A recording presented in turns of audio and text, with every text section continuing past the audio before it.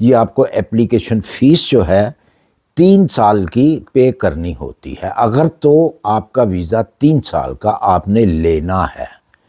اگر آپ نے 5 سال کا لینا ہے تو پھر آپ کو 1084 پاؤنڈ جو ہیں یہ پے کرنے پڑیں گے 5 سال کی اپلیکیشن اگر آپ دیتے ہیں تو۔ لیکن شرط یہی ہے کہ آئی ایس ایل کے اندر آپ کی وہ جاب آنی چاہیے، ہونی چاہیے۔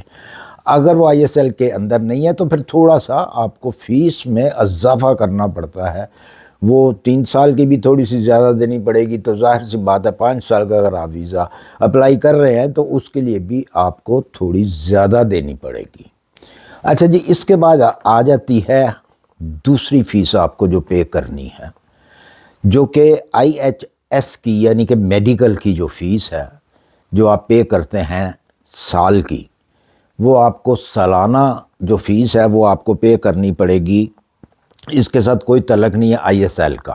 یہ ہر ایک کو دینی پڑتی ہے۔ آپ جس طریقے سے بھی ویزا لیں گے تو آپ کو یہ فیس جو ہے میڈیکل کی جو ہے آئی ایچ ایس کی فیس جو ہے یہ آپ کو دینی پڑے گی، اور یہ فیس ہوگی 1035 پاؤنڈ 1 ایئر کی۔ 3 سال کا ہے تو آپ اس کو ملٹیپلائی کر لیں، 5 سال کا ہے تو اس کو ملٹیپلائی کر لیں، مطلب 1 سال کی 1035 پاؤنڈ جو ہے یہ آپ کو فیس دینی پڑے گی۔ یہ ہے آپ کی دوسری فیس جو آپ کو پے کرنی پڑے گی۔ اس کے علاوہ جو آپ کی تیسری فیس ہے اس کی، وہ ہے آپ کا میڈیکل، جو آپ اپنی کنٹری سے جو اپنا میڈیکل کرائیں گے۔ ڈفرنس کنٹریوں کے اندر ڈفرنس فیس ہوتی ہے، زیادہ سے زیادہ آپ کو وہ میڈیکل کرانا پڑتا ہے ٹی بی ٹیسٹ کا، تقریباً وہی ہوتا ہے اور وہی وہ مانگتے ہیں۔ تو وہ آپ کو معلوم ہوگا کہ ٹی بی ٹیسٹ کی کتنی فیس ہوگی، جہاں بھی آپ رہتے ہیں، جس کنٹری میں بھی آپ رہتے ہیں آپ کو بخوبی اس کا اندازہ ہوگا۔ نہیں اندازہ تو آپ پوچھ سکتے ہیں جی کتنی فیس ہے اس کی، ٹھیک ہے۔ یہ آپ کا خرچہ ہے اپلیکیشن فیس کا، اور آپ کی میڈیکل جو آئی ایچ ایس کی فیس ہے وہ آپ نے دینی ہے۔ اس کے علاوہ جو یہ میڈیکل ٹیسٹ آپ نے اپنی کنٹری سے کرانا ہے، ٹی بی ٹیسٹ، اس کی فیس ہے جو بھی ہوگی وہ۔ اچھا جی، اس کے علاوہ ایک اور چیز ہے، وہ کیا چیز ہے؟ Bank statement. بینک سٹیٹمنٹ آپ کو اس صورت میں چاہیے اسکل ورکر کے لیے جس صورت میں اگر آپ کی کمپنی آپ کو مینٹنس آپ کی پے نہیں کرتی، یا وہ کہتی ہے جی کہ ہم آپ کی مینٹنس جو ہے وہ ہم آپ کو پے نہیں کریں گے، تو وہ آپ کو خود کرنا پڑے گا۔ اس کے لیے آپ کو کیا کرنا پڑتا ہے کہ ایک بینک سٹیٹمنٹ جو ہے وہ آپ کو بنانی پڑتی ہے، اور یہ نہیں ہے کہ صرف بنانی ہے آپ نے، اس کے اندر اتنے پیسے بھی ہونے چاہیے۔ وہ کس لیے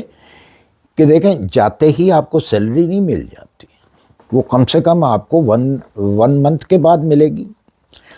تو آپ نے کھانا بھی تو ہے نا، وہ بھی تو آپ کے اخراجات میں شامل ہے، تو آپ کو 1 منتھ کا جو ہے وہ کم سے کم خرچہ چاہیے۔ وہ کتنا درکار ہے یا کتنا ان کی یو کے کی گورنمنٹ جو ہے وہ کہتی ہے کہ آپ کے پاس بینک کے اندر اتنے پیسے ہونے چاہیے، وہ ہیں جی 1270 پاؤنڈ، جو کہ آپ کے اکاؤنٹ میں ہونے چاہیے، ضرورت کے اوپر آپ ان کو استعمال کر سکیں۔ وہ رہیں گے آپ کے پاس ہی، آپ نے وہ دینے نہیں ہیں کسی کو، وہ آپ کی ملکیت ہے، آپ اس کو جیسا چاہیں اس کو آپ استعمال کریں ان پیسوں کو۔ ہاں، اگر تو آپ کی کمپنی ایک ٹک مارک ہوتا ہے، وہ ٹک مارک اس کے اوپر لگا ہوتا ہے، اگر تو وہ ٹک مارک لگا ہوا ہے مینٹننس کا کہ جی ہم اس کی مینٹننس جو ہے وہ خود کریں گے، تو پھر آپ کو اس بینک سٹیٹمنٹ کی ضرورت نہیں ہے۔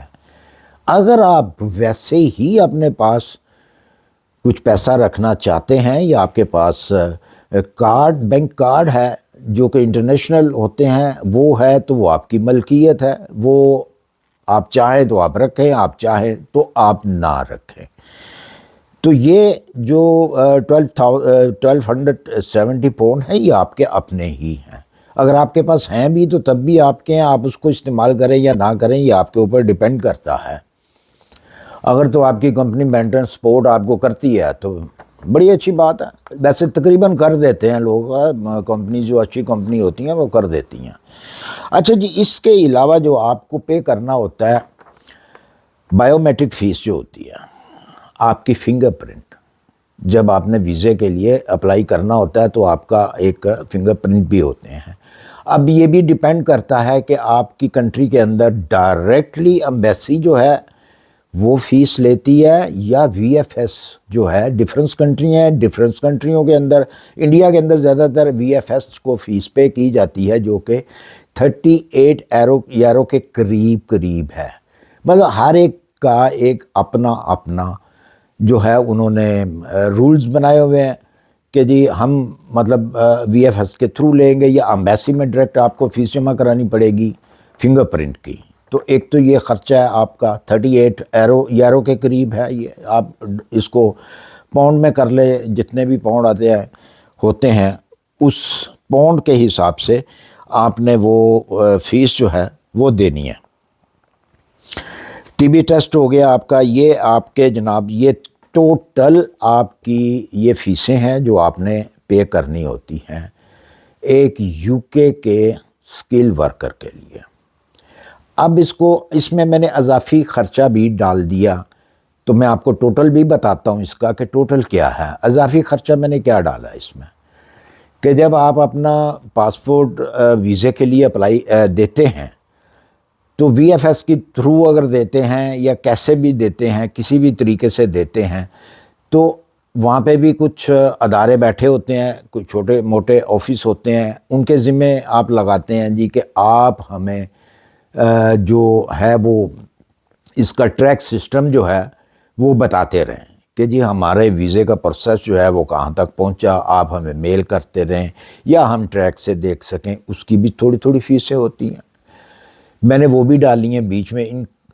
یہ سب کچھ میں نے بیچ میں ڈال کے تو مطلب اضافی تھوڑا سا جو میں نے اس کا ٹوٹل لگایا ہے ایک اسکل ورکر ویزے کا 3 سال کا، اگر آپ کے پاس ویزا ہے یا لیتے ہیں آپ ویزا، تو اس کے اوپر ٹوٹل خرچہ جو ہے وہ آ جاتا ہے آپ کا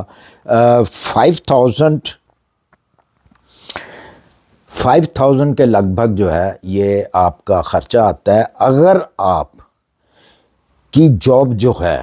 وہ آئی ایس ایل میں اس کی لسٹ میں ہے تو تقریباً 5,000 پاؤنڈ جو ہے اس کا خرچہ آئے گا۔ اگر وہ آئی ایس ایل کی لسٹ کے اندر آپ کی جاب نہیں ہے تو پھر وہ تھوڑا سا ایک تقریباً 1,000 کا فرق پڑتا ہے۔ پھر آپ لگا لیں کہ 6,000 پاؤنڈ جو ہے آپ کا 3 سال کے ویزے کا یا ورک پرمٹ کا 3 سال کا